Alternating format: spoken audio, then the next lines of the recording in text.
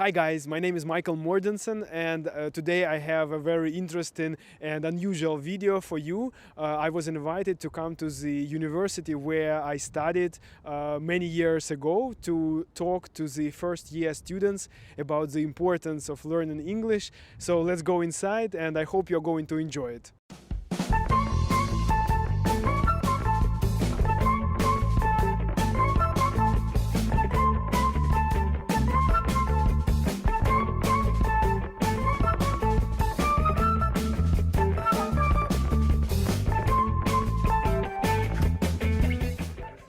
We were invited here to speak with you about English. Our agenda for today, we hope that we will improvise, but nevertheless, we will represent ourselves. We will try to explain why English is so important. I hope we'll also have some Q&A sessions, so you will ask us some questions, probably we will give you some answers. So okay, I'll start off my self-presentation. My name is Serge. I was graduated from Academy in 2006. I can say that Academy probably is really my second home because my wife also graduated at 2006. My son Denis, he is a first grade student at PUA school, and probably my daughter will go to this school too. And as you can see, it's some kind of generation between older to younger. So Michael, you can proceed. My name is Michael Mordinson. I graduated from the academy in 2005, but not because I'm older than Serge, but simply because I just couldn't take it anymore to wake up so early every day to come here for the 8 a.m. class. That's what you are experiencing right now. So after getting my bachelor degree, after 4 years of studying in the university, I decided to concentrate on my work. And I'm a manager and a co-owner of a Mordinson marriage agency. Some of you may know this name because of the ads in the Kharkov subway. And also as a hobby, I teach English here in our university for the third year students. That's something that we do. Also, Serge and I have created an initiative. It's called Spicy English Club. It's an English club. It's English-speaking club for the alumni of our academy, so people who graduated from the academy can join. Our life is a marathon, not a sprint. Mostly all of us want to achieve the result as quick as possible. But fortunately or unfortunately, if we look around and if we try to analyze our life always is a marathon.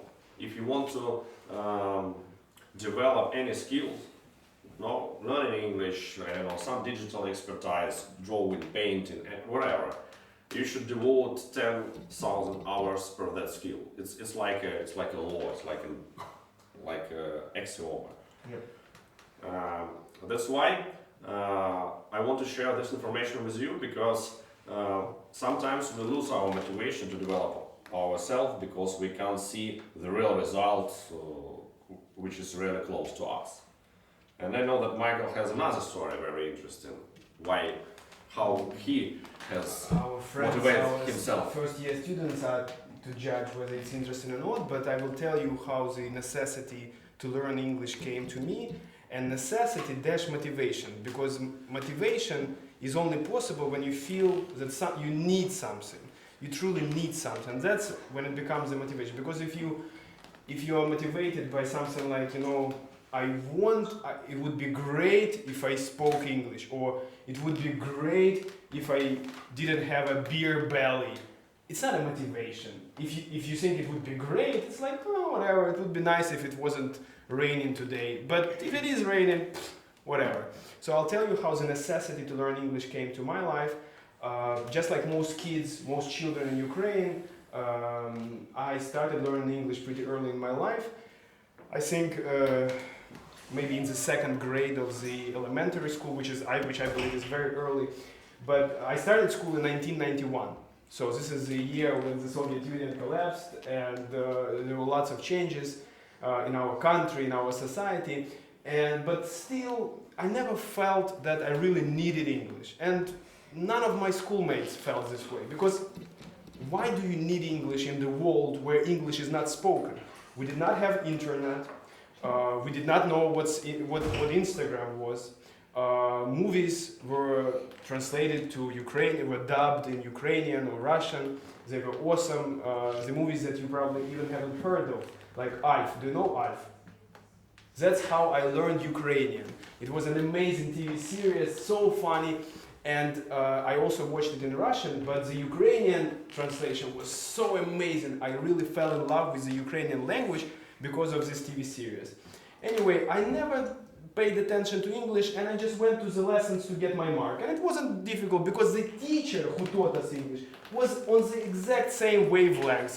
She knew for sure, and all her career, she was teaching children who will never learn English because they will never need it. She was from the Soviet Union mentality. In the Soviet Union, if you were very interested in foreign languages, this could mean a lot of trouble. Because why are you interested in foreign languages? What's so wrong with Russian language? Huh? Why are you so interested in English? Maybe you are thinking about defecting and going somewhere abroad? Huh? Maybe you are not so patriotic about our country. So it was, as Americans say, thin ice. You were walking on a thin ice when you started. Can you write it down, Serge? Thin ice. Like T-H-I-N. Anyways, I kept kind of learning. Ну, like ice. Как тонкий лед. Ну, типа ходишь по тонкому. No. Thin ice. This continued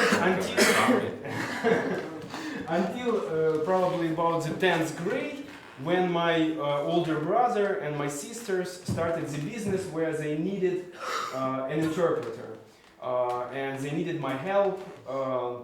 So they told me, Michael, you need to learn English. They didn't tell me how I should learn English. They didn't tell me about the methods, how you do it. They gave me the task. And at that time, I was studying in a private school.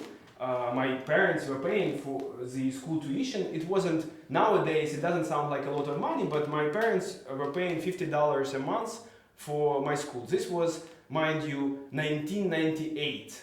So to give you a perspective, a 3-bedroom apartment in Kharkov at that time was approximately $5,500.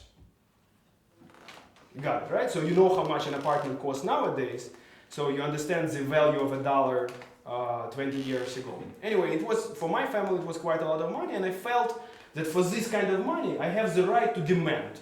You know, I feel that if I want to learn English, I have the right to say that I want to learn English, I need it. So I understood that the first and probably the only idea that came to my mind is that I have to transfer from the weak group. I don't know if you still have something like that. The class is divided into 2 groups. One is stronger and another one is weaker, objectively, not because they don't like me or they don't like my peers, just because my English was bad. And it's true, it was bad. So I understood somehow that if I move to the strong group, my English will be, I will be able to improve my English because all the other kids, they speak better English, so I can talk to them and hear them. So I went to the teacher of the strong group and I told her, Nina Vasilyevna, I really want to, I still remember her name. I said, I want to study with you in your group. You have really strong group, I want to be with you. And she said, no problem, let's test your English. She tested me and said, no. She said, Misha, your English is not good enough. You are lacking the knowledge. You cannot study with our group. So what I did, I didn't go back home and cry into the pillow. I went to the principal of my school. As I said, it was a private school, so maybe it's different if you are in a public school, but I felt that I'm entitled to demand. And I went to my principal and I said, Alexander Emanuilovich, it's either my $50 a month and I study in the strong group, or I walk out. There are plenty of good schools in Kharkov. I'll just go somewhere else, maybe go to some free school. And he made my teacher accept me, even though my English was bad. So this was in the middle of the 10th grade. You got it, right? Middle of the 10th grade. in the end of the 11th grade, so 1.5 years later, we were, few friends of mine and I were taking Cambridge exams, English Cambridge exams, and I got passed with merit. And the only reason why it happened is not because I'm very smart or because I'm very talented in languages. The only reason why it happened is that I felt on my own skin that I need English. I need it because I need to help my family. I need to help myself. And that's it. So guys, do you understand what Michael did? He was proactive. Do you understand anyone what it means, being proactive? What is being proactive? Proactive. Maybe any suggestions? What can it mean? No, come on. It's fun. Let's hypertime. Congratulations on your day. You chose the right university. Yeah, you made a good choice. And we hope that that decision will make you happy. Yeah. And good luck during your first exam session in January. Yes, it will be your first exam session. Yes. No. Thank you. Thank you. You're welcome. Yeah, we are happy having you here because you look good. This place suits you.